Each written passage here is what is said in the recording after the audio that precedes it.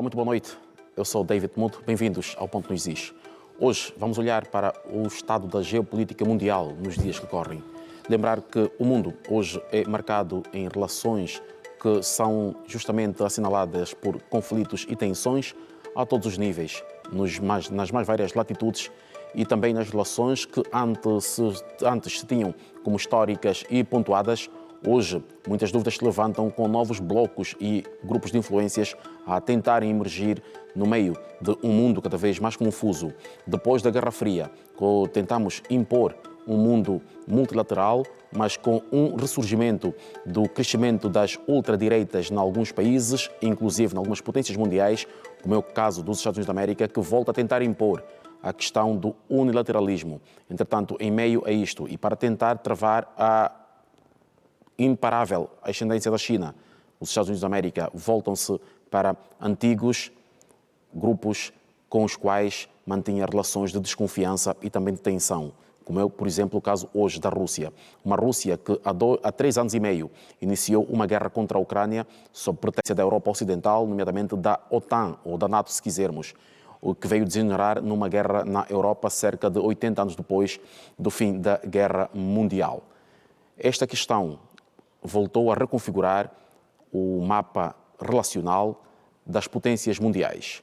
Uma Rússia que tentou ser colocada como pária na arena internacional, com mais de 24 mil sanções contra aquele país, 19 ou 18 pacotes de sanções da União Europeia, a Europa Ocidental a isolar o presidente Vladimir Putin, tal como o Tribunal Penal Internacional, que emitiu um mandado internacional de captura contra o presidente da Rússia no sentido de limitar as movimentações deste pelo mundo, ainda com o qual tem relações.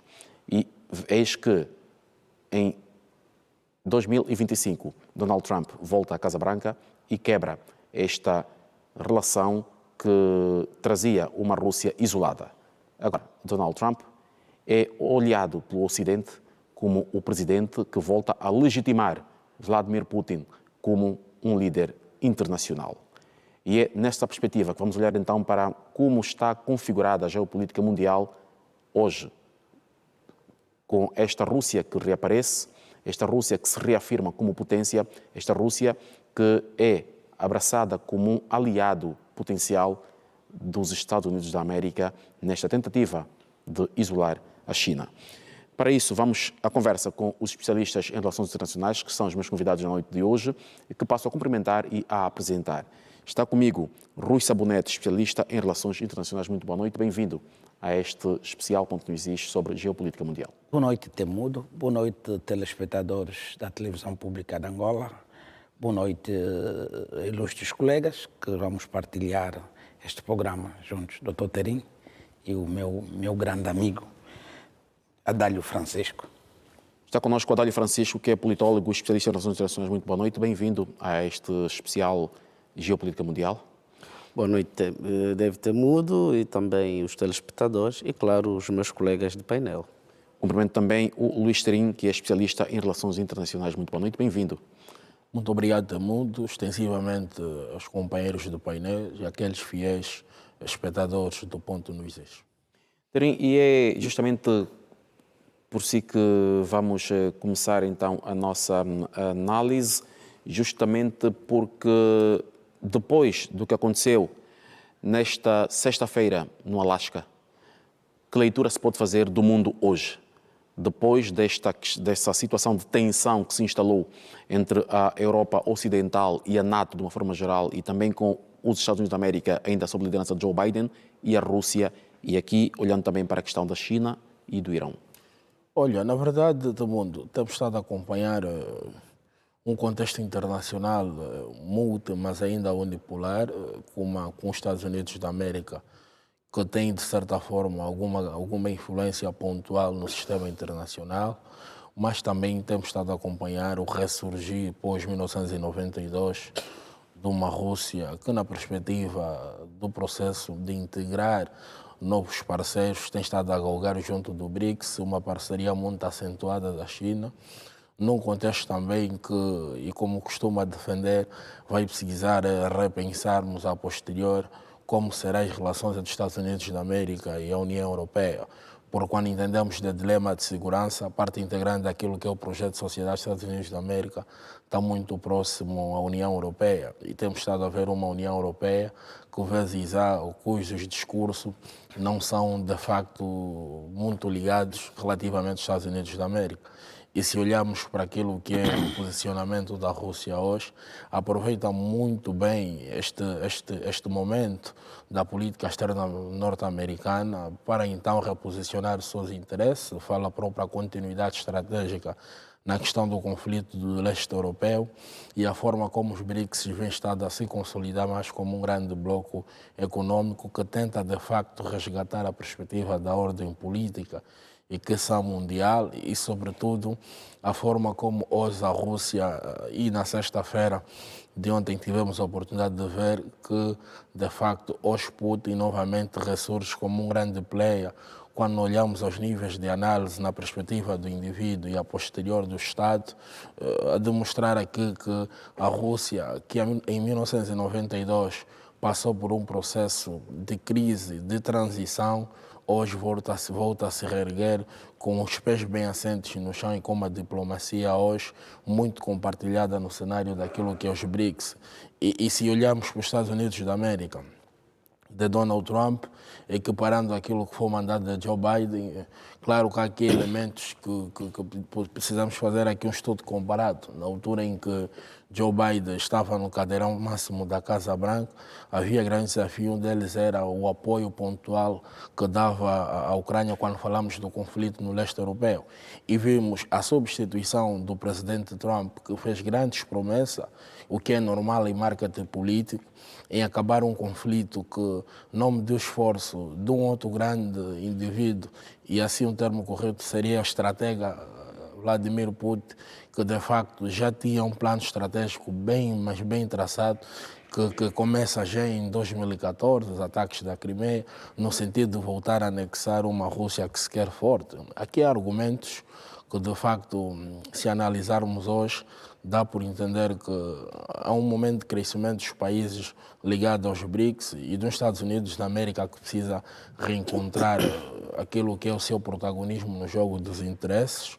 E este encontro de sexta-feira deixou claro que podemos, hoje por hoje, ter uma outra opinião quando falamos da política externa norte-americana sobre Trump, porque Putin leva da melhor e está claro porque os objetivos de Donald Trump nesse encontro, claro, não passou de um jogo de diplomacia e saudações, mas ficou em conta aquilo que são os interesses do presidente Putin. E eu quero acreditar que se não se ceder esses territórios que já foram ocupados pela Rússia, também serão, de facto, as bases com que a Rússia vai acabar por ocupar todo o território ucraniano. E era importante também trazer aqui a figura da União Europeia como parte integrante, se queremos falar aqui de paz no leste europeu e, sobretudo, Vladimir Zelensky, porque aqui a ausência destas figuras no encontro de sexta-feira demonstra que não era só em torno de uma diplomacia preventiva para a salvaguarda da paz no leste europeu, mas a história remete que quando os Estados Unidos da América estão junto à Rússia, acontecem coisas grandes.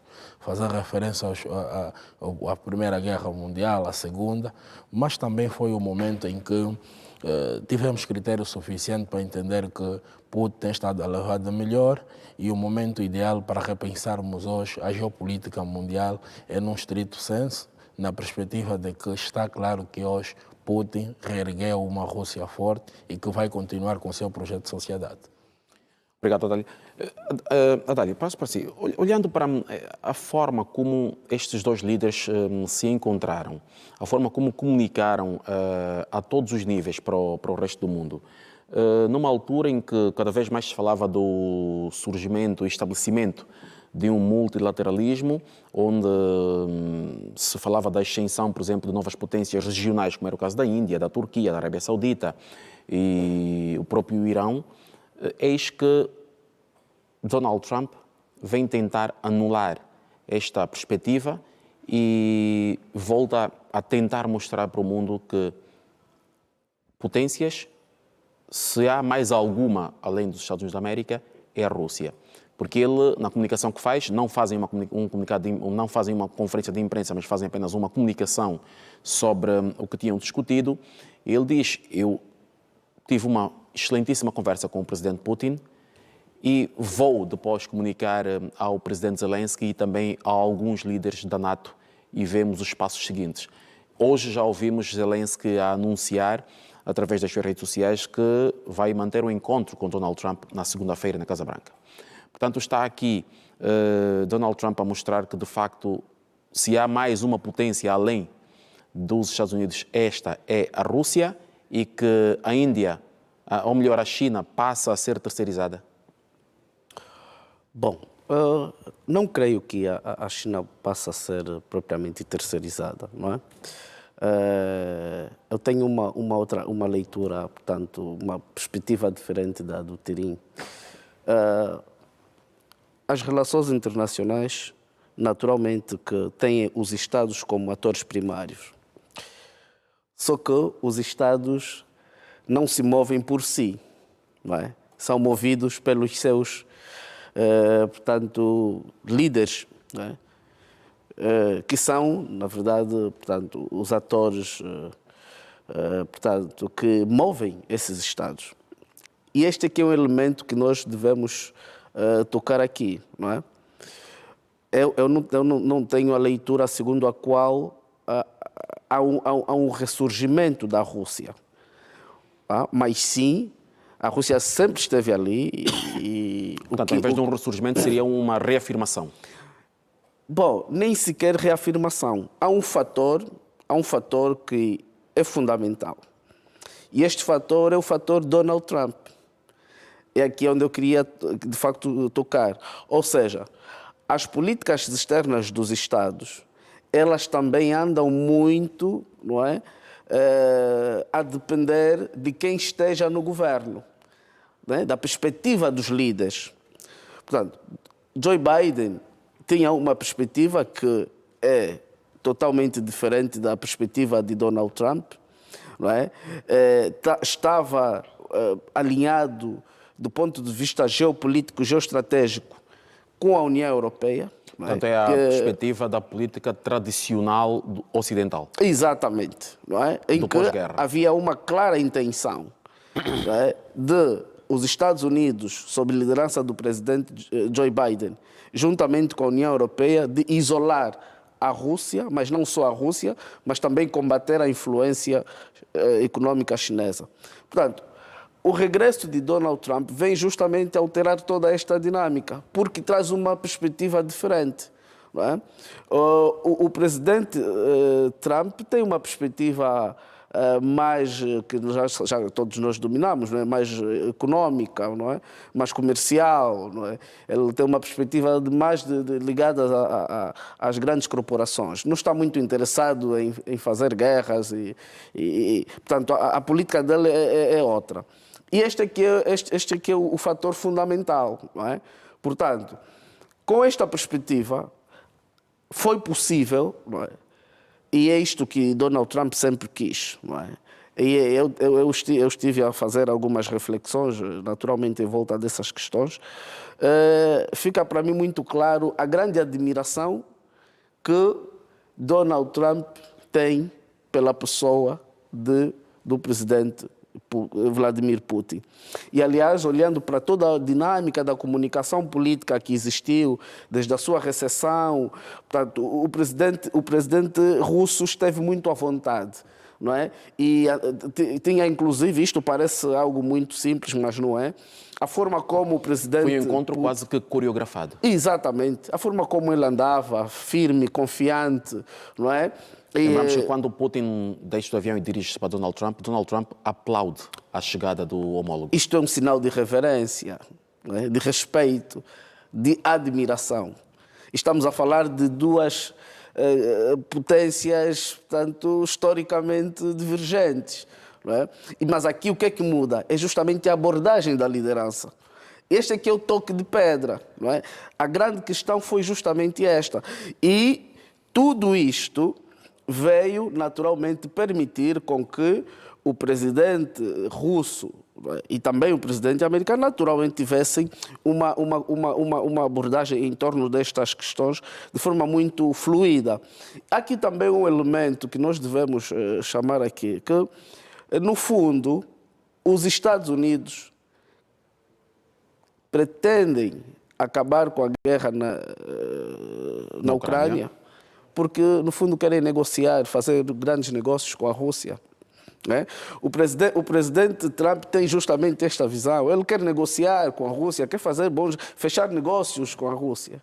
E claro, a guerra é um fator impeditivo disto, é um constrangimento, e claro que o presidente americano vem fazendo esses esforços. Mas também houve aqui uma jogada para que de facto isto acontecesse. O presidente Donald Trump tem mérito nisto. Por quê? Porque ao fechar um acordo com a União Europeia, né, e a taxar a Índia, né, por ser um comprador do petróleo russo, né, estes últimos acontecimentos forçaram também indiretamente o presidente Putin a ir para a mesa de negociações. Né? E Putin já percebeu que o presidente Donald Trump é mais um ativo para ele do que um constrangimento. E ele deixou, inclusive, isto muito claro nesta mensagem, né, depois das conversações, né, o recado para a União Europeia, para que a União Europeia não venha a ser um constrangimento, não é? Um obstáculo a estes passos que foram dados rumo, portanto, ao fim do conflito. E algo que também ficou, outra questão que ficou muito clara é que o presidente americano, ele no fundo está do lado da Rússia, não é? E há um momento em que ele diz que o presidente Zelensky vai ter que aceitar, não é? Ele vai ter que predispor-se a encontrar os caminhos para a paz. E isto vem como pano de fundo justamente porque eles terão conversado e ficou muito claro que a posição da Rússia não vai se alterar. E o presidente russo voltou também nesta comunicação a reafirmar isto, não é? Ao voltar para as causas primárias da guerra, que nos remete diretamente ao dilema de segurança da Rússia, e ao apelar que qualquer acordo de paz esteja assente numa configuração de segurança equilibrada, justa. E o que é que significa isto? Não é? Vai outra vez tocar no pano de fundo. Não é? É a questão do estatuto de neutralidade da Ucrânia. Portanto, isto para a Rússia é inegociável. Uma Ucrânia integrada na OTAN, a Rússia jamais vai aceitar. E, aliás, o pano de fundo e a grande causa primária da guerra é justamente este elemento. E a leitura que eu faço é que sim, o presidente Donald Trump já aceitou isso, que a Ucrânia não vai para a OTAN e está tudo bem. Agora, claro que os europeus, não é? O bloco europeu, a União Europeia, portanto, tem outra visão, porque entende que a própria Ucrânia, e aqui quer a Rússia, quer a União Europeia, olham para a Ucrânia pela mesma razão, a razão securitária.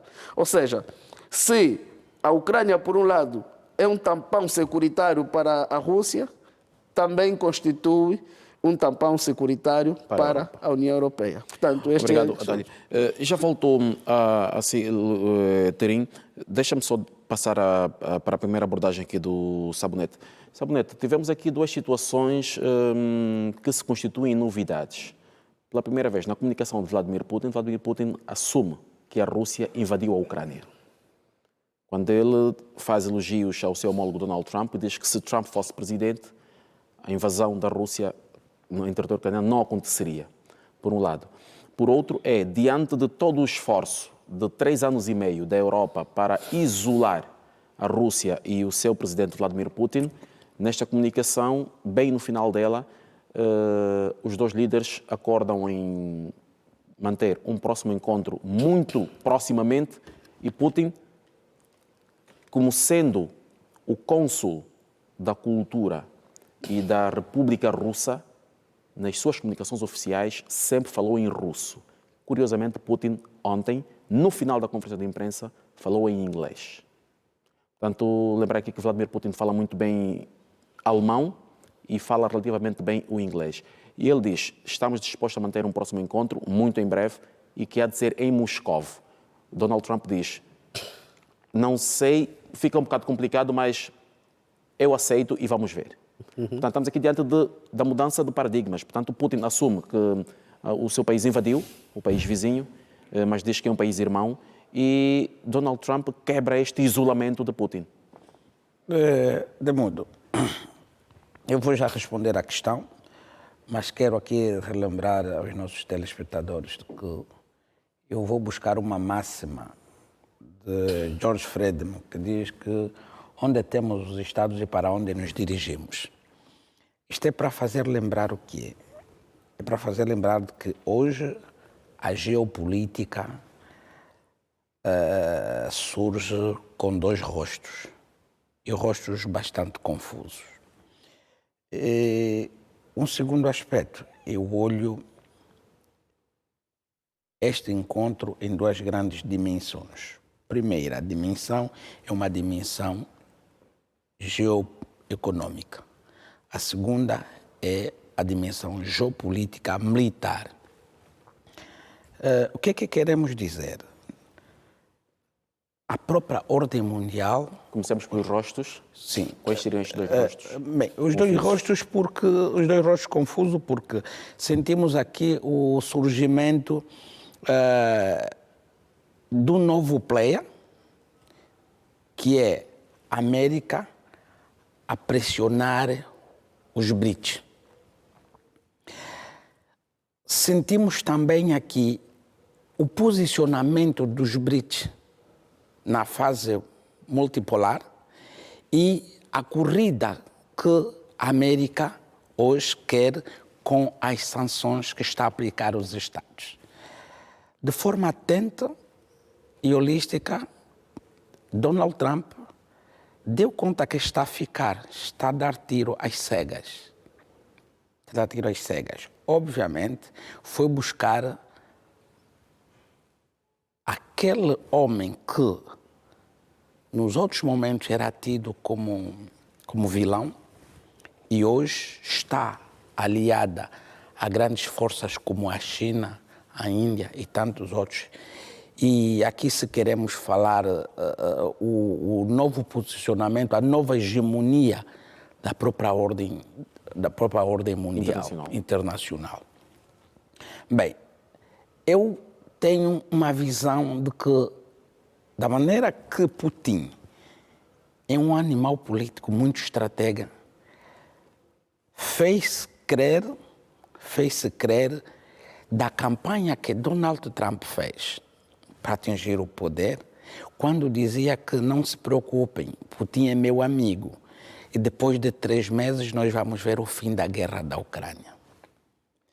Das várias tentativas que Donald Trump foi fazendo, quer na intermediação do conflito da própria Rússia, quer na intermediação do conflito Israel-Palestina, surge aqui os dois rostos diferentes, que faz entender à comunidade internacional que há aqui uma complexidade em compreender a participação de Donald Trump nas mediações com esses Estados, com essas potências. Uma zona cinzenta que fica para a gente determinar no âmbito das diplomacias.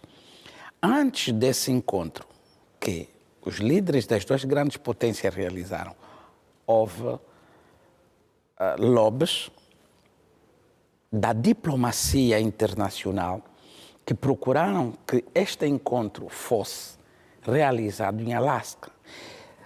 Vamos a olhar... Um encontro que, inicialmente, quando Trump anunciou que se havia de encontrar com Putin, foi cogitado que havia de acontecer na Arábia Saudita. Na Arábia Saudita. É aqui onde eu quero chegar, Temudo. Vamos olhar historicamente no âmbito das técnicas de negociações e das resoluções de conflitos. Por que razão Putin aceitou estar em Alasca. Bem, será que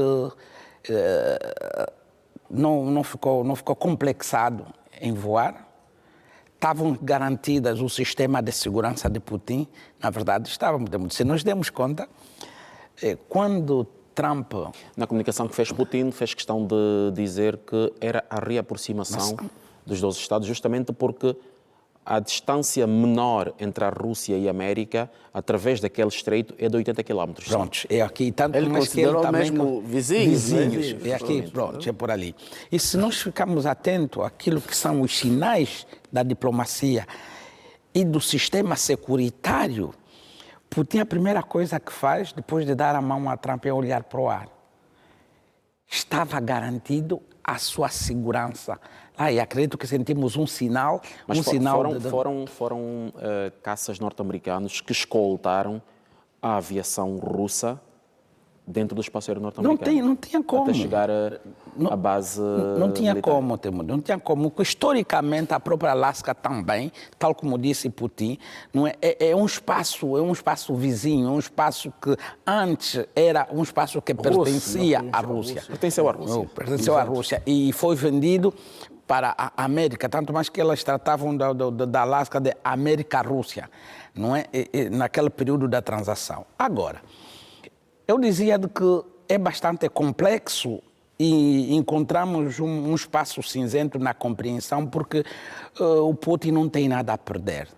Em assinar esse tratado, o Putin não tem absolutamente nada a perder. Primeiro, Temudo, no âmbito de operações militares, o Putin está bem posicionado.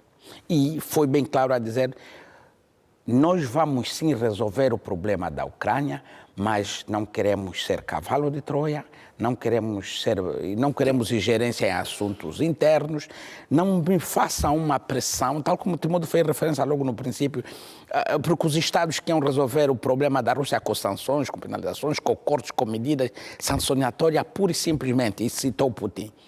Não queríamos sentar à mesma mesa. E dizia mais, de que se olhássemos nesse posicionamento de Donald Trump, possivelmente a guerra não atingiria esses patamares que está. Quer dizer que houve... Ambos dizem que sequer teria começado. Sim.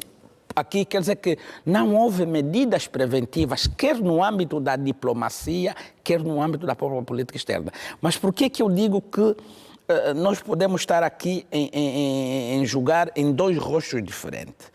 Em dois rostos diferentes, Temudo. Porque pode ser também que Putin quer responder àquilo que são as ansiedades da campanha de Donald Trump. Ponto 1. Ponto 2 é olhar naquilo que é a geoeconômica da América comparadamente com a geoeconômica da Rússia. A Rússia não está a perder absolutamente nada. O contrário é que a economia russa atingiu 3,5 nesse período. Acredito que agora já deve estar em 4,3. Quer dizer que no posicionamento russo, a Rússia não tem nada a dever nesse conflito. Agora, há interesse da Rússia em assinar esse tratado do fim do conflito, hipoteticamente sim. Mas desde que as suas exigências sejam aceitas. Mas estamos a sentir, se nós acompanharmos aquilo que são os analistas da comunicação social internacional, sentem-se que isto é uma barganha que já vamos falar sobre isso quando eu passar a palavra aqui para o Adálio.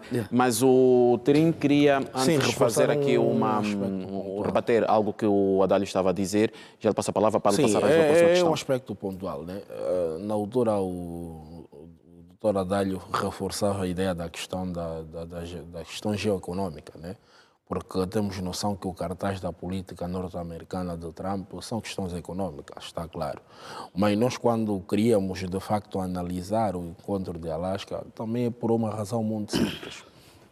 Primeiro é os discursos que o Trump traz, as ameaças e, sobretudo, a questão das tarifas, não abalou em nenhum momento as vontades de Vladimir Putin.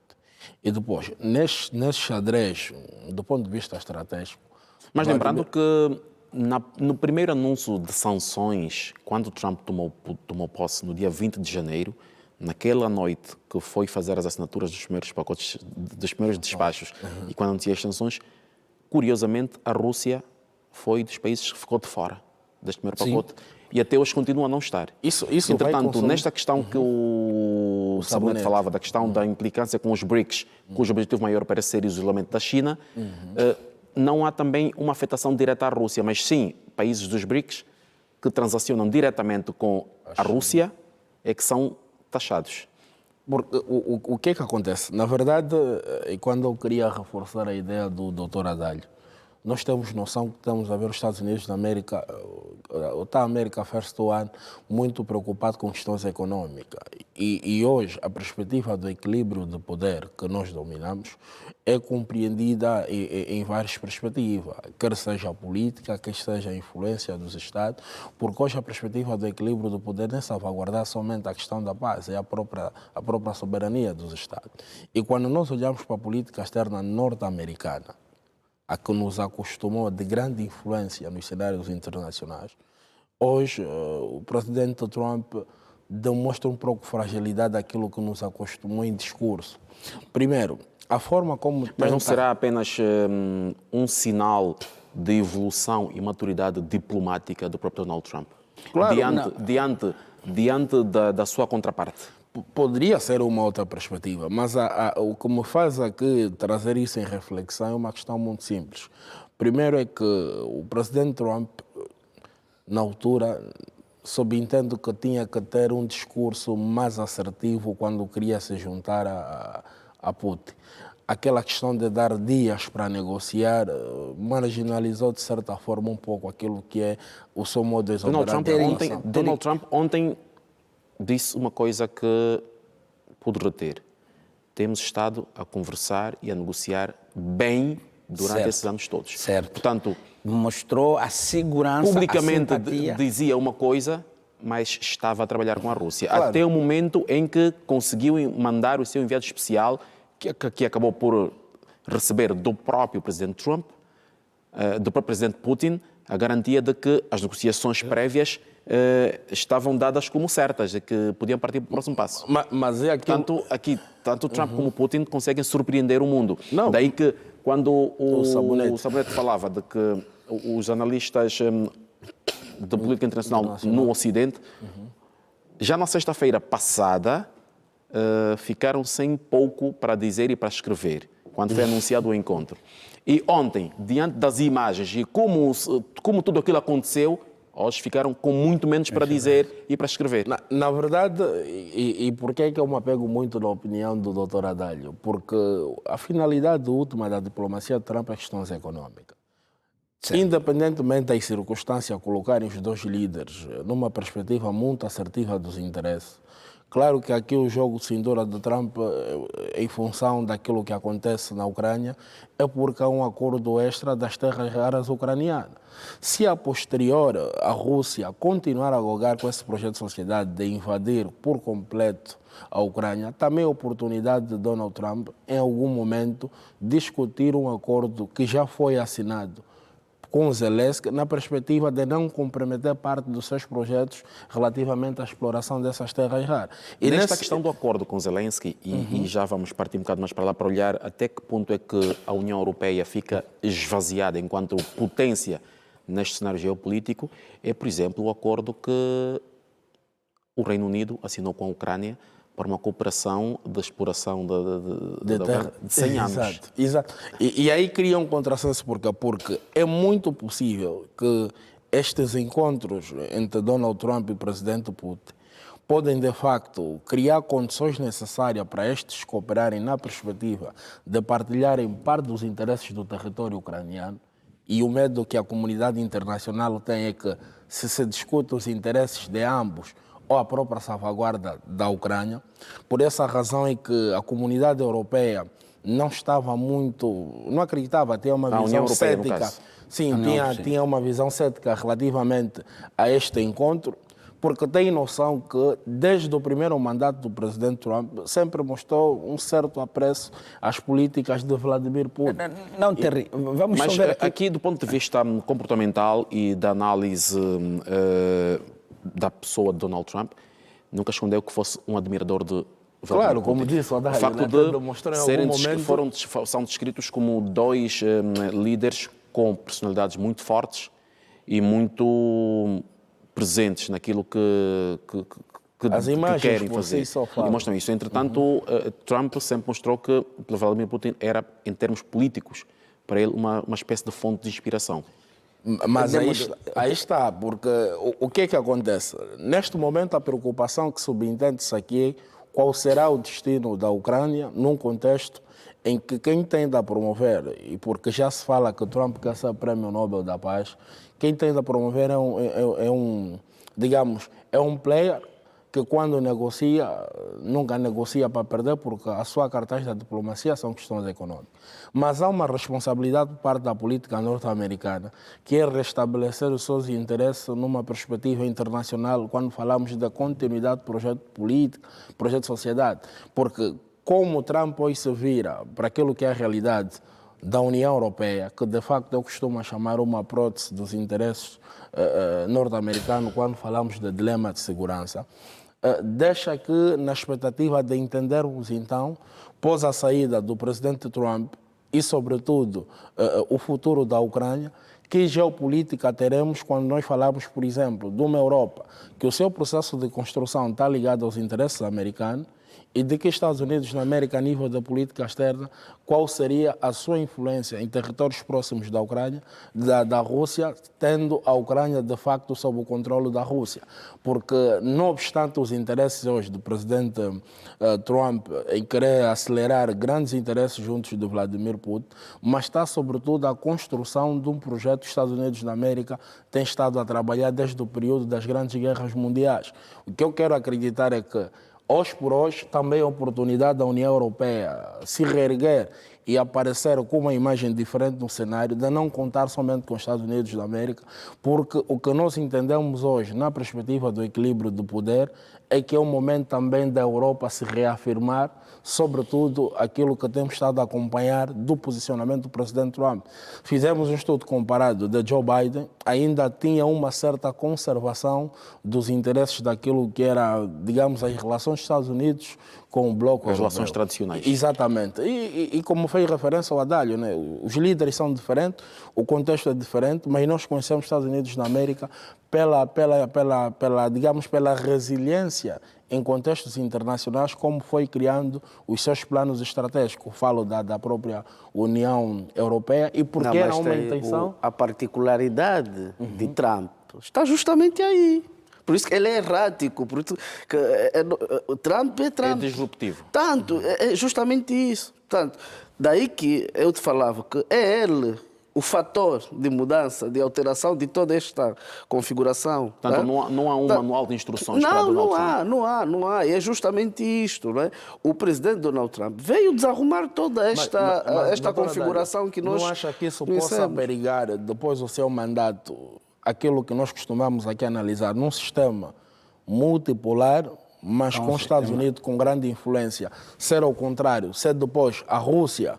Não, eu penso que não. Por uma razão... Não será que os Estados Unidos, diante desta ascensão de novas potências e esta aparente multipolaridade, desde a Rússia, a própria China, os próprios BRICS, a própria OTAN, que está diante de um dilema, diante da própria Organização da Cooperação de Xangai, que é a SCO, não parece que os Estados Unidos estão a tentar se reposicionar no sentido de não perder espaço diante das mudanças que estão em curso? Ou procurar o ponto de equilíbrio. Naturalmente. O que se passa é muito simples, não é? O poder é uma soma de fatores. Exato. Não é? São vários os fatores que concorrem para, portanto, a configuração do poder de um determinado Estado. O caminho que Trump está a seguir é justamente, não é, um caminho que o leva a um dos fatores de poder, que é o fator econômico, não é? Donald Trump, ao seguir a via econômica, ele não está a descurar, não está mesmo, não está a descurar aqui a responsabilidade hegemônica e até esta perspectiva hegemônica americana. Não, isto é falso, porque nos últimos anos surge a China, não é? Numa perspectiva muito mais econômica, não é? Porque o Trump não está muito preocupado com a Rússia. Enquanto muito mais econômica, entre aspas, porque sim, a China, embora não esteja diretamente envolvida em nenhuma guerra a nível mundial, mas o seu poderio militar hoje já é só comparado aos Estados Unidos da América, porque já deverá ser também uma das potências nucleares a temer a nível internacional. Sim. Por isso é que eu falava em duas dimensões. Uma dimensão econômica, uma dimensão militar. Não, isto depois está tudo intrincado. A questão é que o lugar que a China conquistou no cenário político internacional já ninguém lhe tira. Não é? Agora, não faz parte da cultura política internacional chinesa, tanto fazer abordagens tradicionais como faz uma Rússia, como faz os Estados Unidos, não é? E a China, claro que as questões de segurança elas são sempre muito sensíveis e a China vai naturalmente desenvolvendo a sua indústria bélica, claro, para qualquer eventualidade, mas não é o interesse primário da China. Não é? É um desenvolvimento da indústria bélica numa perspectiva mais defensiva. Mas, doutor Adalho, nós também já analisamos aqui o posicionamento da China. Se estamos aqui a nos lembrar, quando começou o conflito do Israel e Palestina, e na aproximação que a China faz com a Rússia, nós analisamos aqui aquilo que é o aparecimento desse player China dentro dessas duas grandes potências, que é a América e a Rússia. E a China dizia mais, hoje, pleno século XXI, nós não deveríamos mostrar aqui aquilo que é o nosso hard power, nosso soft power. Por quê? Porque hoje vamos ver o mundo multipolar, na sua dimensão única, com o aparecimento da China, certo? O que está-se a passar novamente é Donald Trump deu conta desse sinal da geopolítica, do posicionamento da China e a Rússia. Para não perder esta corrida, e que a China sempre debateu-se com o posicionamento das grandes potências, porque, hipoteticamente, o que se via é que a China continuava na sua sombra, mas está a evoluir a sua indústria armamentística e o poder, o hard power da Rússia e o soft power da América continuava a manter a hegemonia daquilo que é a ordem mundial.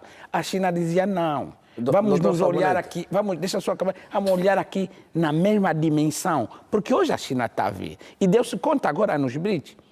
Mas, doutor Sabonete, a China está a vir e está a estender o seu mercado da geoeconomia no mercado mundial. Mas há um outro elemento que me preocupa agora. Por exemplo, Donald Trump, claro, que procura reposicionar-se sempre no meio de uns BRICS emergentes, mas temos noção que um dos fatores fundamentais que continua a dar uma grande influência aos Estados Unidos no cenário internacional tem que ver com a hegemonia do ponto de vista política e tomada de decisões nos seios das grandes organizações internacionais que ainda estão, até agora estão fragmentadas. Não estamos a seguir aqui a inverter. Agora, qual é a questão que me traz aqui em reflexão? Se neste momento em que hoje a diplomacia é mais na perspectiva econômica, e um dos grandes projetos que traz a China, num contexto mais elevado da sua diplomacia, é a parceria estratégica junto dos BRICS, com a Rússia, que de facto já há frutos. Costumamos aqui analisar que hoje há uma evolução notável de crescimento econômico dos países dos BRICS. Se os Estados Unidos da América, na perspectiva do isolacionismo, não é? Por que eu falo do isolacionismo? Porque é os Estados Unidos que taxa a União Europeia, que era de facto uma das suas próteses de influência no jogo de equilíbrio, não é?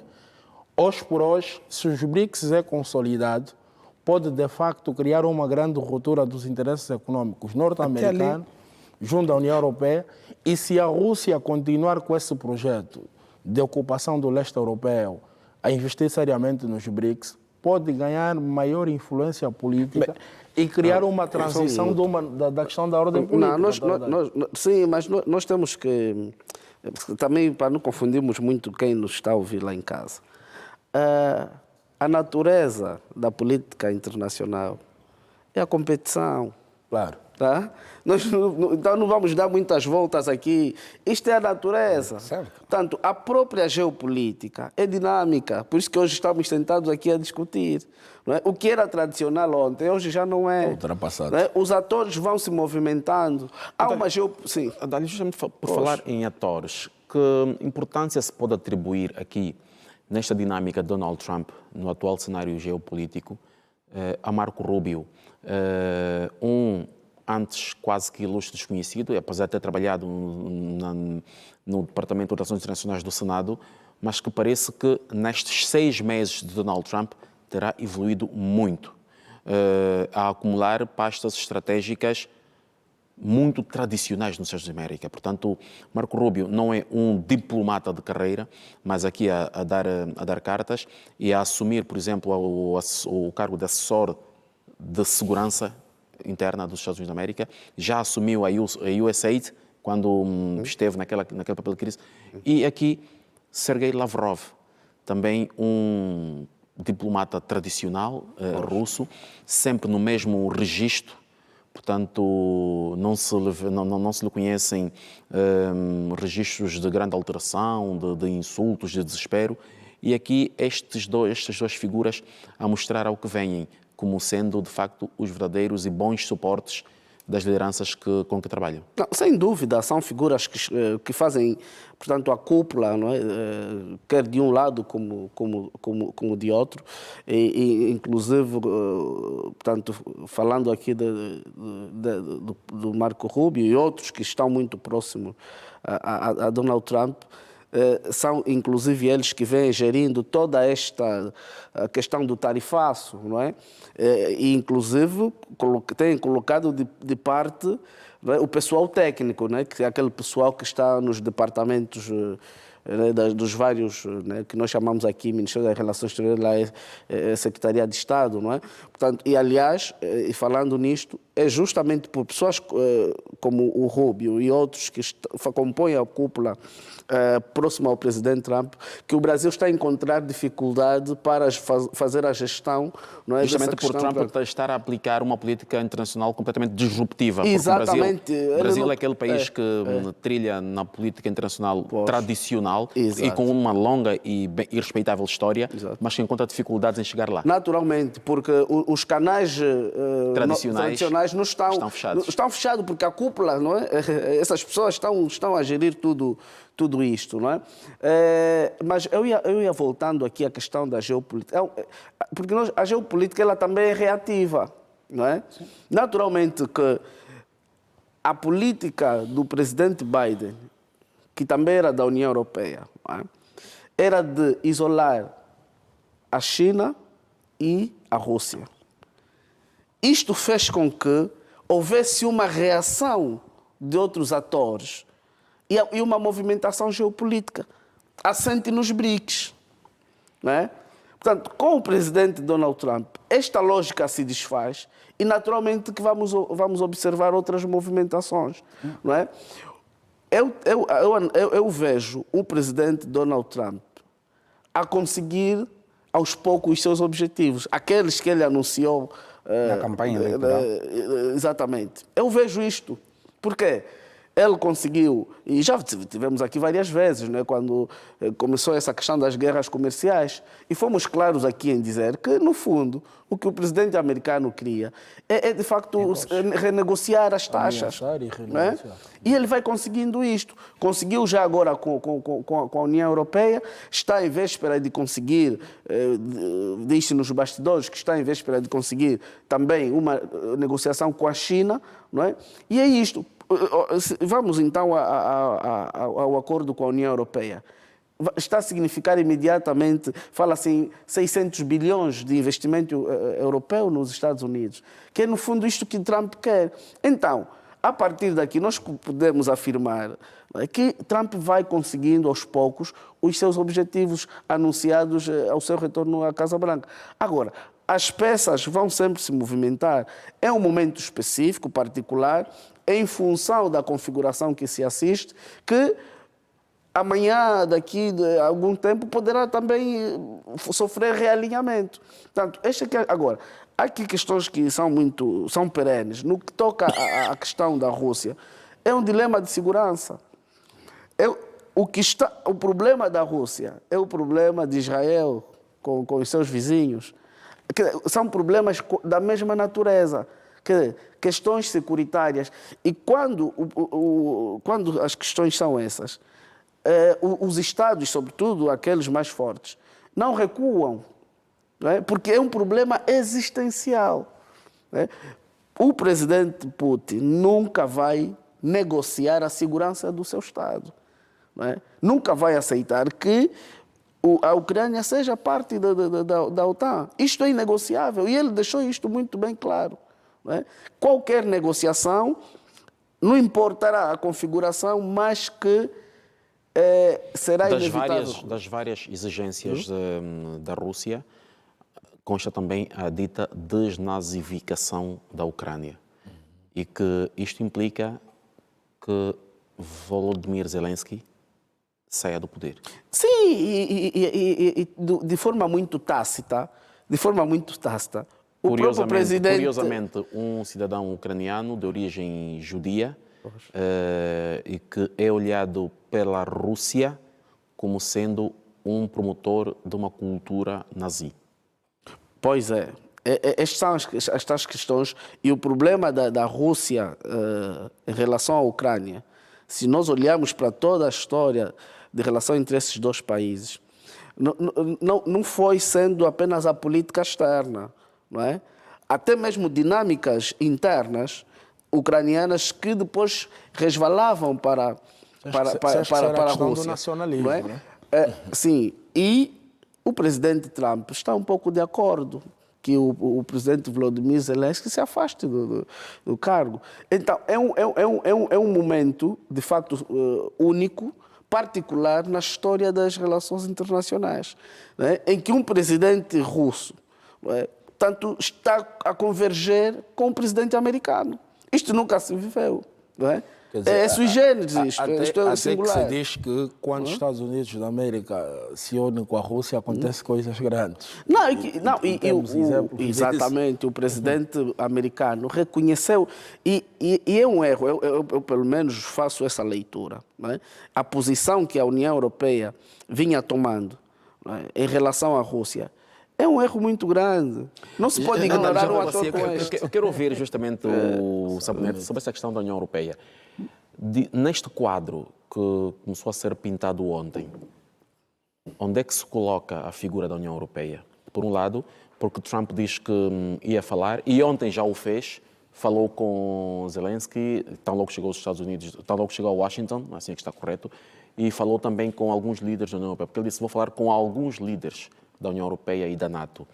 E Ursula von der Leyen fez um texto na sua rede social agradecendo os esforços de Donald Trump para uma paz segura e duradoura para a Ucrânia, mas os líderes europeus ainda, não sei se já terão percebido diretamente como é que as coisas estão a caminhar, mas insistem na posição anterior. Portanto, continuam a insistir Sim. no isolamento da Rússia, nas sanções contra a Rússia. Está na forja a aprovação de um 19º pacote de sanções. De defesa e de defesa, e continuam a insistir. Quando os Estados Unidos, por exemplo, que estiveram muito ativos no início e durante parte do conflito, hoje saíram deste conflito do papel de mediador e hoje passam apenas como uma espécie de facilitador, onde forçou a NATO a ser um comprador de armamento norte-americano para entregar à Ucrânia. E a Europa continua no mesmo papel. Demudo. Semana antes do encontro, a União Europeia teve uma cimeira e discutiu-se questões muito viradas àquilo que é... Na quinta-feira, Trump teve uma reunião por videoconferência com alguns líderes europeus também. Certo.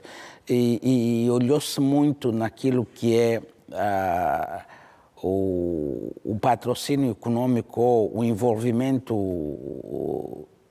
que está-se a fazer sobre a guerra da Ucrânia.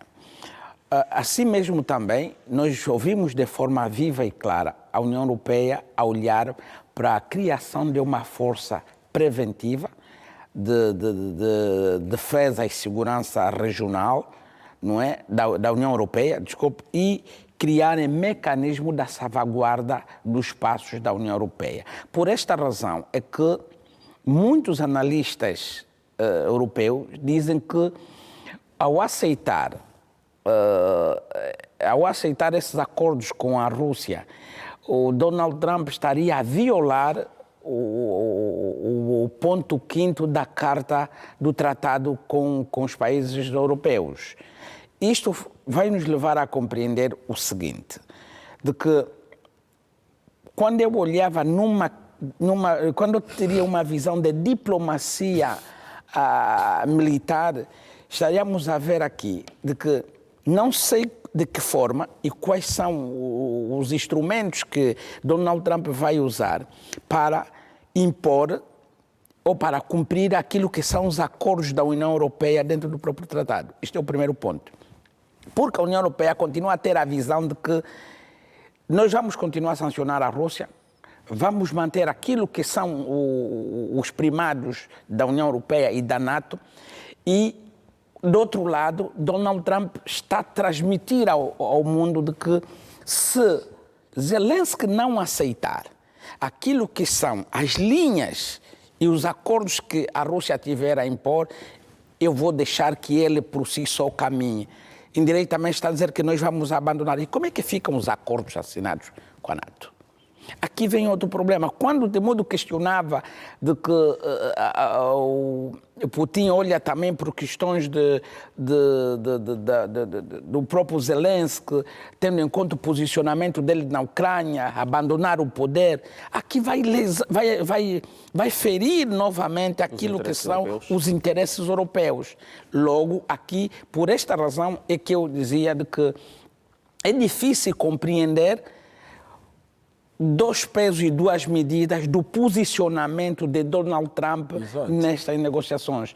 Por este é que eu digo que há algo que não foi discutido, algo que está em zona cinzenta entre Putin e Donald Trump, que com certeza por detrás do pano futuramente tem que se rever. Porque pode haver aqui uma diplomacia militar, não há problemas nenhum. Porque o interesse, se olharmos bem ali na Antártica, onde estão as grandes riquezas... Donald Trump, Vladimir Putin disse que falou-se da questão da exploração do Ártico, falou-se da questão da segurança internacional, aqui olhando para a questão nuclear, sobretudo, e da cooperação económica. Aliás, basta ver pela composição das comitivas dos dois presidentes. Portanto, tivemos os chefes da diplomacia dos dois países, portanto, Marco Rubio e Sergei Lavrov, e tivemos os ministros das finanças dos dois, portanto, secretário para o Tesouro e ministro das Finanças da Rússia, e homens de negócios.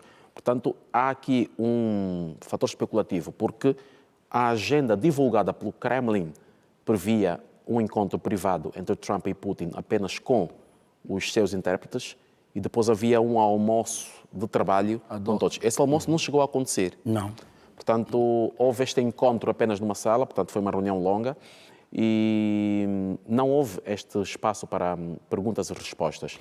Portanto, ficou-se sem saber exatamente o que é que foi discutido, porque não há um relatório. Foi o que eu acabei de dizer aqui, Demudo. Aqui são as zonas os analistas cinzentas. diziam que há no espectro económico o interesse dos Estados Unidos da América pressionarem o resto do Ocidente a aliviar as sanções contra a Rússia, passar a comprar petróleo e gás russo para revender à Europa. É aqui, Demudo. É aqui que nós vamos compreender. Por esta razão é que nós, a partir de segunda-feira, terça-feira, vamos ver o posicionamento dos dois líderes. Na verdade, se olharmos bem no mapa, esta zona da Antártida que está a ser discutida, que é interesse também de Donald Trump, é o interesse dos dois grandes líderes. Mas aqui o posicionamento da Rússia subpõe aquilo que é o posicionamento da América. Primeiro ponto. O outro ponto, quando os meus colegas olhavam, metiam na balança de que o Donald Trump resolveu aquilo que tinha na sua agenda, hipoteticamente sim. Porque eu questionei há tempos atrás o doutor Adalho, se nós estamos a ver aqui uma viragem no próprio sistema governativo do mundo.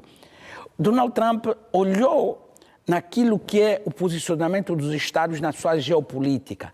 E eu sinto que a tendência hoje é inverter a pirâmide para o posicionamento geoeconômico. Quando ele dizia que eu prefiro negociar, eu não estou interessado em negociar com os políticos, nem com os grandes realizadores de conflito, mas sim eu quero negociar com os comerciantes, porque eu quero vender. Por essa razão é que a bandeira de Donald Trump é olhar na revisão das taxas, ok?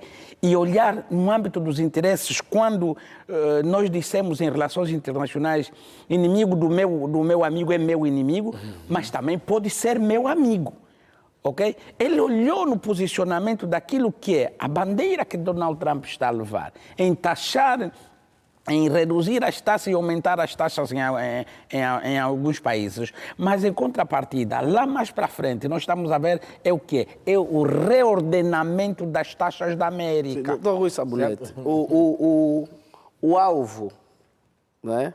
Claro que ele vai cuidar de muita coisa, mas o alvo de Trump é a China.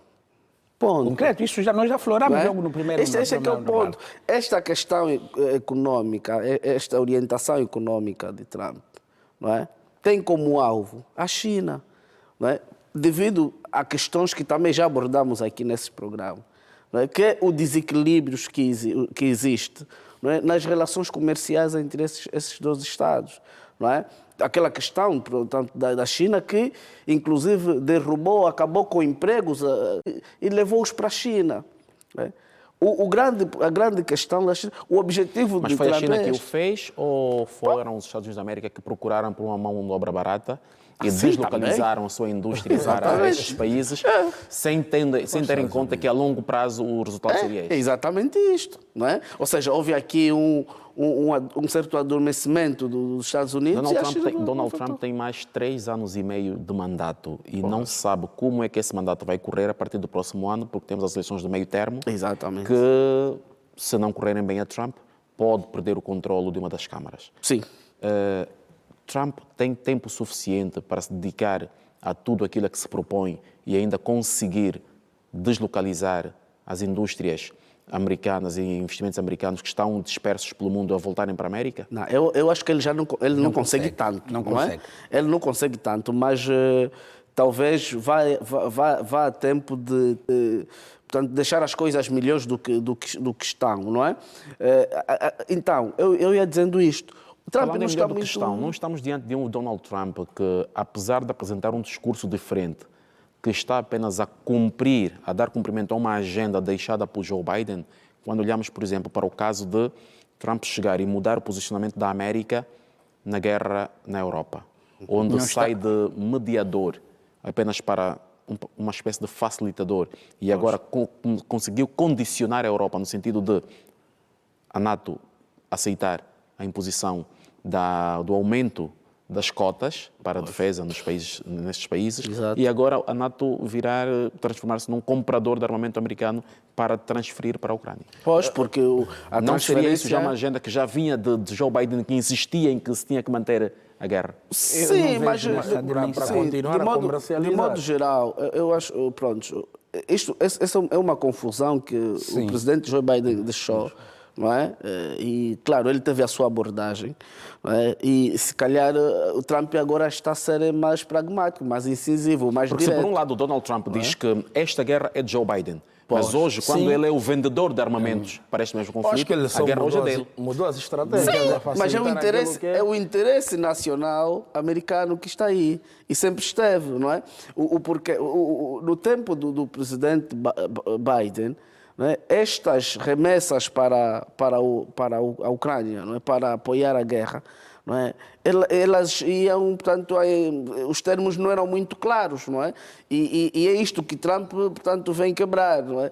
E, inclusive, ele disse várias vezes que vão ter que pagar pelo apoio já dado, não é? Deixando aqui claro de que este apoio era de alguma forma gratuito, que estava muito indexado numa perspectiva mais ideológica de lutar contra a Rússia. Não é? Mas Trump vem justamente quebrar isto, não é? Com essa perspectiva pragmática que lhe é característica, não é? Mas olhar para os negócios, queres ajuda, pagas-me. E pronto. Estamos a olhar na diplomacia de guerra.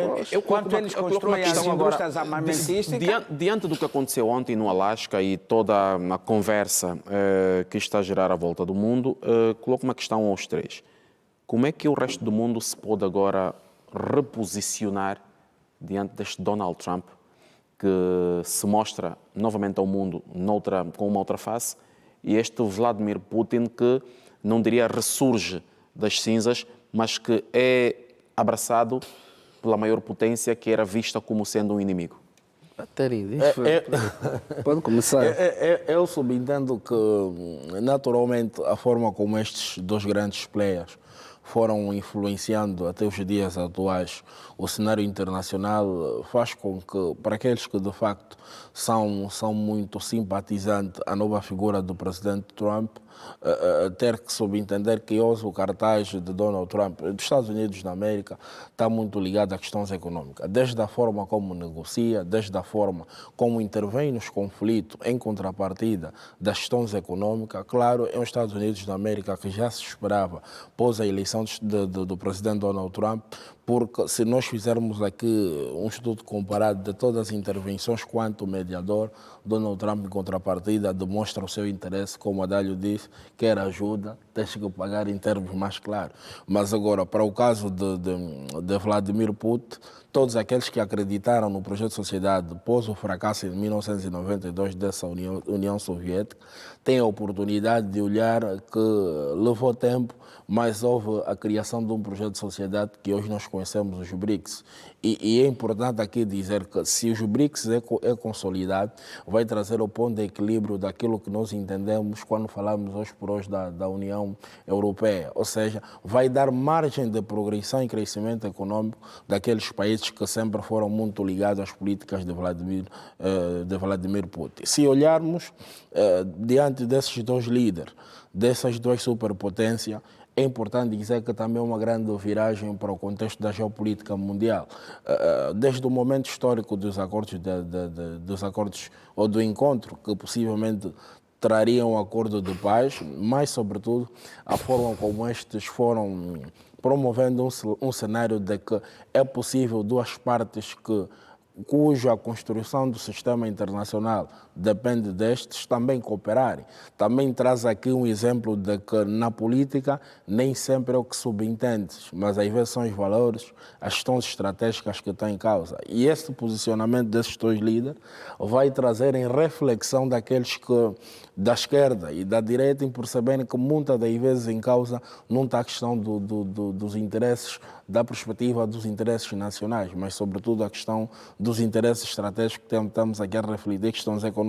Eu ainda queria refletir e apontar, subentendo que o momento é este, que nós, se olharmos hoje para a configuração da União Europeia que nós conhecemos, desde o Plano Marshall, desde os grandes tratados de Maastricht, também é oportunidade hoje da Europa se reerguer e mostrar que não é importante continuar a depender somente dos Estados Unidos da América, porque tem um player, Donald Trump, que deixa claro que primeiramente são os interesses da América e a posterior a continuidade dos seus interesses na perspectiva hoje na União multilateral. Porque quando nós hoje olhamos para a União Europeia, demonstra num jogo de interesse no cenário internacional um pouco fragilizado, porque acostumou-se a trabalhar junto aos Estados Unidos da América, que hoje deixa claro que a política que o praticava nos anos anteriores é totalmente diferente.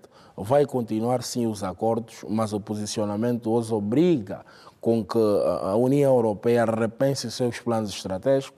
É só olharmos para a questão de novos modelos de taxa que foram aplicados para os PIBs dos países da União Europeia, que saiu de 2% a 5%, porque Trump deixa claro que é o momento da Europa se autossustentar do ponto de vista militar e porque quer retirar essa responsabilidade que os Estados Unidos da América tinha até então, o fim do mandato do presidente Joe Biden, e porque hoje nos Estados Unidos da América que lhe convém cooperar com aquele que de facto lhe mostra facilidades em torno das questões econômicas. E hoje, né, temos critério para justificar que o Trump preferiu a diplomacia econômica para se reposicionar em detrimento da política tradicional dos Estados Unidos da América. Como é que os países do chamado Sul Global se podem posicionar diante deste novo xadrez geopolítico que se configurou aqui, por um lado, e tendo em conta que a fragmentação de blocos entre Estados Unidos e a China também já nos levou a olhar para um novo conflito, como seria a questão dos chips e as relações das commodities. Quando, por exemplo, a China diz que, sendo a maior reserva de terras raras do mundo e o único que tem a refinaria para esta commodity, diz que se os Estados Unidos continuarem na sua política das taxas, também a China sabe como responder, como é desde logo deixar de vender, de fornecer estas commodities para os Estados Unidos da América. Como é que o resto do mundo, portanto, aqui falamos do caso do Brasil, a África do Sul, a Índia, o próprio Irão e a Rússia se podem posicionar diante desse novo xadrez? De modo, a própria geopolítica econômica global está em constante desafio. E com esta questão da instabilidade multipolar, com os conflitos híbridos, os ataques cibernéticos, as guerras, os comércios e as sanções que estão a ser impostas aos Estados, é importante que cada um se posicione e revê aquilo que é o próprio seu mercado. Porque, tal como diziam os meus colegas, se o posicionamento da América é trazer para os sistemas governativos a inversão do pilar governativo entre a geopolítica e a geoeconômica, nós vamos encontrar determinada dificuldade para quem achar que vai seguir as dinâmicas desses dois Estados, dessas duas grandes potências. Por isso é que nós chamamos aqui a atenção à própria ordem mundial, o posicionamento dos Estados. E foi Putin ou Donald Trump diz que quem não seguir hoje as dinâmicas do mundo vai ter que ficar, porque as dinâmicas são híbridas. E por serem híbridas, elas vão ter que seguir aquilo que essas potências continuam a mandar para o mundo. O que é que queremos dizer? Vamos continuar a assistir aqui o posicionamento das grandes potências, onde os mais fortes sobrepõem os mais fracos. Agora, se haver um alinhamento entre aquilo que são as dinâmicas governativas, cada um dos... Como é que se pode conseguir esse alinhamento quando, por exemplo, os BRICS tentam falar a uma só voz? Entretanto, a estratégia de Trump é justamente negociar de forma individual com cada um dos países dos BRICS. Por exemplo, anunciou essas sanções essas taxas para a União Europeia, esse acordo, aliás, e tem uma taxa elevadíssima contra o Brasil e agora uma contra a China. China que é de resto, aliás, contra a Índia que é de resto um grande proxy tecnológico e económico do próprio Estados Unidos da América. Mas nesta velocidade, e a África do Sul também está nesta condição, e vê-se que nessa velocidade os BRICS não se conseguem encontrar e falar a uma só voz com os Estados Unidos da América. É o que se pretende, perfeitamente, Temudo. Aqui sentia-se, tal como eu disse na minha primeira abordagem, é esta corrida, é este receio que Donald Trump pretende ver. Quem é que vai seguir aquilo que são as dinâmicas da América e as dinâmicas da Rússia? A ideia é criar aqui uma flexão entre a Rússia, que está alinhada aos BRICS, e a América com a União Europeia, sentindo que está a perder ali o próprio mercado, quer no âmbito do comércio internacional, quer no âmbito do próprio desafio de conflitos, da geopolítica. Porque se olharmos aqui, tal como nós dizíamos no início dos nossos debates, que o posicionamento dos dois, quer dizer, A América vai continuar a evoluir aquilo que são as grandes indústrias armamentísticas, mas para vender aonde? Para vender aos Estados menos poderosos. O que é que ele pretende? É o comércio. Estamos a dinamizar os conflitos? Estamos sim a dinamizar os conflitos. Por isso, quando eu olhava na questão dos alinhamentos de mundo, eu quero transmitir aqui de que cada Estado deve se posicionar de acordo com a sua soberania. O que é que queremos compreender? Não vamos seguir a dinâmica das indústrias armamentísticas, porque o que se vê aqui hoje é o conflito da Rússia é o espaço geográfico. É ocupação do espaço, certo? O conflito do Congo é ocupação do espaço. O conflito do Irão e do Iraque é ocupação do espaço. O que é que estamos a seguir? Estamos a seguir a dinâmica das grandes potências, onde os mais fortes sobrepõem os mais fracos. Ali, o que tem que acontecer é as organizações, os grupos devem estar alinhados de acordo com aquilo que são os interesses comerciais, da geoeconômica, para elevarem aquilo que são os níveis do seu comércio internacional, para não cairmos naquilo que é o comércio das indústrias armamentísticas. Porque se nós seguirmos as dinâmicas das duas grandes potências, o que vai acontecer é o quê? Eles vão continuar, as indústrias armamentísticas vão continuar a produzir, vão continuar a vender esses armamentos aos países mais fracos. Né? Fazer uma concertação entre eles. Deste modo, nós vamos conseguir, sim, alinhar o nosso pensamento. Agora, se seguimos a dinâmica. Como é que se pode chegar a um alinhamento? E eu aqui passo para o Adálio. Numa altura em que, passados 3 anos e meio de conflito na Europa, por exemplo, muitos dos antigos proxies e zonas de influência que a Rússia mantinha pelo mundo deixaram a Rússia isolada. Estamos diante de uma estratégia em que os Estados Unidos da América conseguem agora emergir como uma potência hegemónica única ou a balança continuará a ser a China? Sim, pronto, a China continua a ser, de facto, este ponto de equilíbrio. Este ponto de equilíbrio, não é? Porque, como eu dizia já anteriormente, tanto o presidente Trump tem um alvo já muito bem definido. Ele não está muito preocupado com os outros. Ele sabe que os outros vai gerir, não é? A questão dos BRICS, que ainda é uma organização, portanto, que não é bem uma organização, é uma plataforma, não é, de concertação econômica, ela também, os BRICS vai depender muito das próprias dinâmicas, não é, que vão ocorrendo. Por exemplo, o que é que eu digo? Quando o presidente Trump começou com essa história do tarifaço, não é, se nós lembrarmos, houve um protagonismo maior dos BRICS, não é? Os BRICS fez mais barulho, não é? E claro, isto também depois preocupou a Europa, preocupou os próprios Estados Unidos. Eu penso que são esses estímulos, não é, que vão ocorrendo no âmbito da própria dinâmica geopolítica mundial, que também vão, portanto, definir a atuação, a intensidade destes atores. Agora, claro que é muito difícil, e sempre foi, essa lógica da ação coletiva, não é? Num cenário geopolítico dinâmico, incerto e complexo, é de facto muito difícil haver uma lógica de ação coletiva coerente e sólida. Não é porque depois é isto que o Temudo acabou de dizer. Portanto, há uma plataforma comum, mas depois, individualmente, os atores negociam entre si e fragilizam naturalmente esta perspectiva da ação coletiva. Não é? Vai ser sempre muito difícil.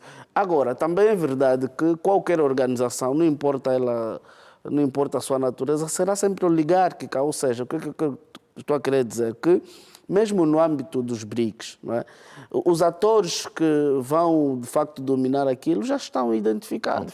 É a China, é a Rússia, depois aí o Brasil, a África do Sul. Não é? Portanto, os outros, a Índia, não é? A Índia, e de facto a Índia aqui é um ator importante. Existem, inclusive, alguns prognósticos que colocam daqui a 10 anos a Índia como... Entre as 3 mais potências econômicas mundiais. Pois é, então é um ator desde logo apenas o país mais populoso do mundo. Pois é. Portanto, isto é um ativo muito importante a ter em conta. Muito. Eu quero passar aqui para o Trino, justamente para perceber, diante do cenário atual, onde é que a África se coloca? Essa pergunta boa e relativamente ao Quem momento tem a oportuno. África como proxy ou a quem é que a África se deve aproximar nesta confusão que o mundo observa atualmente? Olha, Tamudo, eu costumo dizer que em meio dessas circunstâncias conflituosas, uma anarquia total do sistema internacional é a oportunidade do continente também repensar assim como a Europa precisa, porque não é bom, em sede de análise e de contexto internacional, trazer a imagem de África sempre numa perspectiva de um ator negativo, de um ator periférico. Exatamente, que está sujeito sempre a sofrer. O entendimento é numa perspectiva de retalhar e muitas das vezes aceitar. O que eu quero pensar, também estamos num momento de um prisma diferente, cenário internacional, é só ver o contexto com que a África do Sul se reposiciona. E temos exemplos dos encontros em Washington, D.C., e dizer que também é o momento dos líderes africanos, ora, vejamos, trazer à tona uma reflexão puramente sempre se pode africana. sempre se pode usar este desencontro entre os líderes das potências tradicionais ou grandes potências para tentar reposicionar a posição, passa a redundância, africana. Mas isso é preciso... Luís Trim, Adálio Francisco e Rui Sabonete, estamos mesmo no final do programa, temos que fechar. Quero apenas que, em jeito de conclusão, em 30 segundos, cada um deixa a sua reflexão final sobre o tema que temos aqui a debater, justamente que é a geopolítica mundial nos dias de hoje. Bom, eu vou aproveitar para tecer algumas para essa questão da África, não é?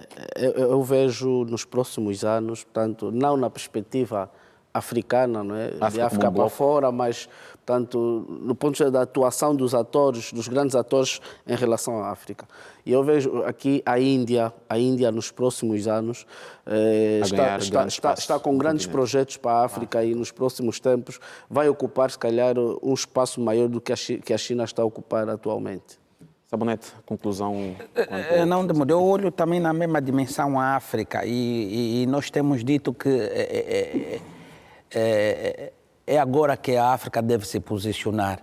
É verdade que dentro dos próprios conflitos africanos nós encontramos o posicionamento dos aliados. E os aliados quem são? São essas grandes potências que aproveitam-se dos conflitos africanos para vender aquilo que é, para desenvolver aquilo que são as suas indústrias armamentísticas. Obviamente que aqui os líderes africanos devem sentar mais, devem dialogar mais, devem encontrar um meio termo para taxar aquilo que são os resultados da matéria-prima. Eu quero agora passar ao Terim para concluir.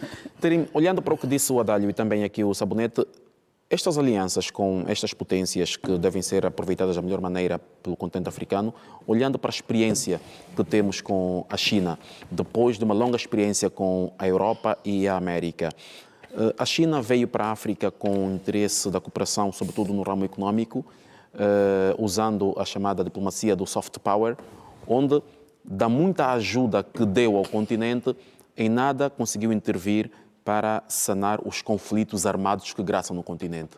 Como é que se pode alterar esse paradigma? Nesta relação com a Índia, ou com a China, nesta nova versão, ou com a Rússia, ou com o Irão, seja com quem for, ou com os BRICS. A África tem agora 4 países nos BRICS. Como é que podemos usar não só este dinheiro para a construção de infraestruturas que consta da agenda da União Africana, mas também para a construção de pontos de paz? Construção de pontos de paz com um diálogo puramente africano, com mediadores africanos, resolver problemas de forma africana e olhar para o Ocidente, para a comunidade internacional com grandes players, como parceiro para discutir e não parceiros para, de facto, ditar posição de inferioridade ou superioridade.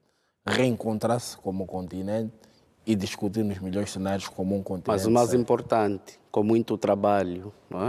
Muito obrigado aos três pela presença, mas sobretudo pelos comentários aqui deixados. Estivemos então a olhar para a geopolítica mundial. Tive como convidados Rui Sabonete, especialista em relações internacionais, Adálio Francisco, especialista em relações internacionais e também politólogo, e ainda Luís Trim, que é especialista em relações internacionais. Olhamos para o cenário que se vive no mundo hoje, sobretudo depois do encontro histórico entre Donald Trump e Vladimir Putin ontem no Alasca, quando já está anunciado um novo encontro entre Donald Trump e Volodymyr Zelensky na próxima segunda-feira na Casa Branca, em Washington, e por conta disto contamos também trazer até si uma outra programação especial para analisarmos os novos contornos destes momentos que o mundo vive. Eu sou David Mudo, foi um especial Ponto Nos Is, boa noite e até uma próxima oportunidade.